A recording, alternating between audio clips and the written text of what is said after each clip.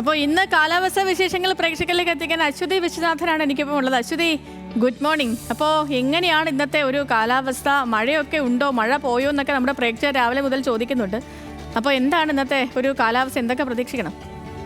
Sethu, good morning. പ്രിയപ്പെട്ട പ്രേക്ഷകർക്കും sky വാച്ചിലേക്ക് സ്വാഗതം. അപ്പോൾ സേതുവിനോട് ചോദിച്ച ചോദ്യങ്ങൾക്കുള്ള ഉത്തരമൊക്കെ ഇന്ന് ഇപ്പോൾ ഈ സ്കൈ വാച്ചിലൂടെ ഇപ്പോൾ കൃത്യമായിട്ട് ഞാൻ പറഞ്ഞുതരാം. ഇന്നത്തെ കാലാവസ്ഥ വിശേഷങ്ങളൊക്കെ എങ്ങനെയാണ്, എന്തൊക്കെ നിർദ്ദേശങ്ങളാണ് നൽകിയിട്ടുള്ളതെന്ന് നമുക്ക് പതിവ് പോലെ പരിശോധിക്കാം. അപ്പോൾ ആദ്യം മാപ്പ് നോക്കുമ്പോൾ നമുക്ക് വ്യക്തമാണ്, കാരണം ഇന്ന് അന്തരീക്ഷമൊക്കെ കുറച്ച് ശാന്തമായിട്ടുള്ളൊരു മട്ടിലാണ്. കാരണം ഇന്ന് ഒരു ജില്ലകളിലും പ്രത്യേക അലേർട്ടുകളോ മുന്നറിയിപ്പുകളോ എന്തായാലും നിലവിൽ കാലാവസ്ഥ വകുപ്പ് നൽകിയിട്ടില്ല.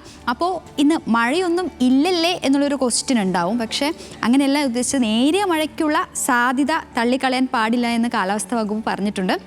അതുകൊണ്ട് നേരിയ മഴ അല്ലെങ്കിൽ മിതമായ മഴയൊക്കെ പ്രതീക്ഷിക്കാം. അതിനുള്ള സാധ്യത നിലവിലുണ്ടെന്ന് കാലാവസ്ഥാ വകുപ്പ് നൽകിയിട്ടുണ്ട്.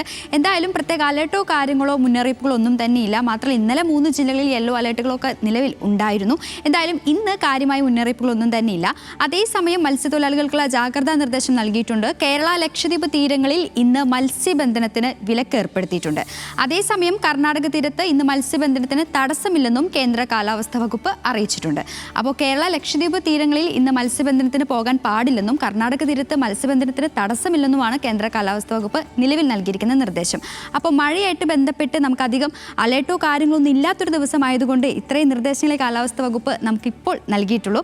അതുകൊണ്ട് തന്നെ നമുക്കിനി അടുത്ത് ചൂട് പരിശോധിക്കാം. ഏതൊക്കെ ജില്ലകളിൽ എങ്ങനെയൊക്കെയാണ് ചൂട് ഉയരാനുള്ള സാധ്യത എന്നാണ് നമ്മൾ ഇനി പരിശോധിക്കുന്നത്. നിലവിൽ കണ്ണൂർ, കോഴിക്കോട്, തിരുവനന്തപുരം ജില്ലകളിലാണ് കൂടിയ താപനില രേഖപ്പെടുത്തുന്നത്. കണ്ണൂർ ജില്ലയിൽ 34 ഡിഗ്രി സെൽഷ്യസും കോഴിക്കോട് ജില്ലയിൽ 32ഉം തിരുവനന്തപുരം ജില്ലയിൽ 31 ഡിഗ്രി സെൽഷ്യസ് താപനില ഉയരാനുള്ള സാധ്യതയാണ് പറയുന്നത്. അതേസമയം പാലക്കാട്, കോട്ടയം ജില്ലകളിലാണ് രണ്ടാമതായി താപനില ഉയരാനുള്ള സാധ്യത പറയുന്നത്. പാലക്കാട് ജില്ലയിൽ 31 ഡിഗ്രി സെൽഷ്യസും കോട്ടയം ജില്ലയിൽ 30 ഡിഗ്രി സെൽഷ്യസും താപനില ഉയരാനുള്ള സാധ്യത പറയുന്നുണ്ട്. അപ്പോൾ മഴ കുറവായതുകൊണ്ട് തന്നെ ചൂട് കുറച്ച് കൂടിയിട്ടാണ് ഇരിക്കുന്നത്. അപ്പോൾ എന്തായാലും എല്ലാ സുരക്ഷാ ജാഗ്രത പാലിക്കുക. മഴയില്ല എന്ന് കരുതി ആരും അലസത കാണിക്കരുത്. അപ്പോൾ ഇന്നത്തെ കാലാവസ്ഥ വിശേഷങ്ങൾ ഇത്രയേ ഉള്ളൂ. നേരെ സേതുലേക്ക്.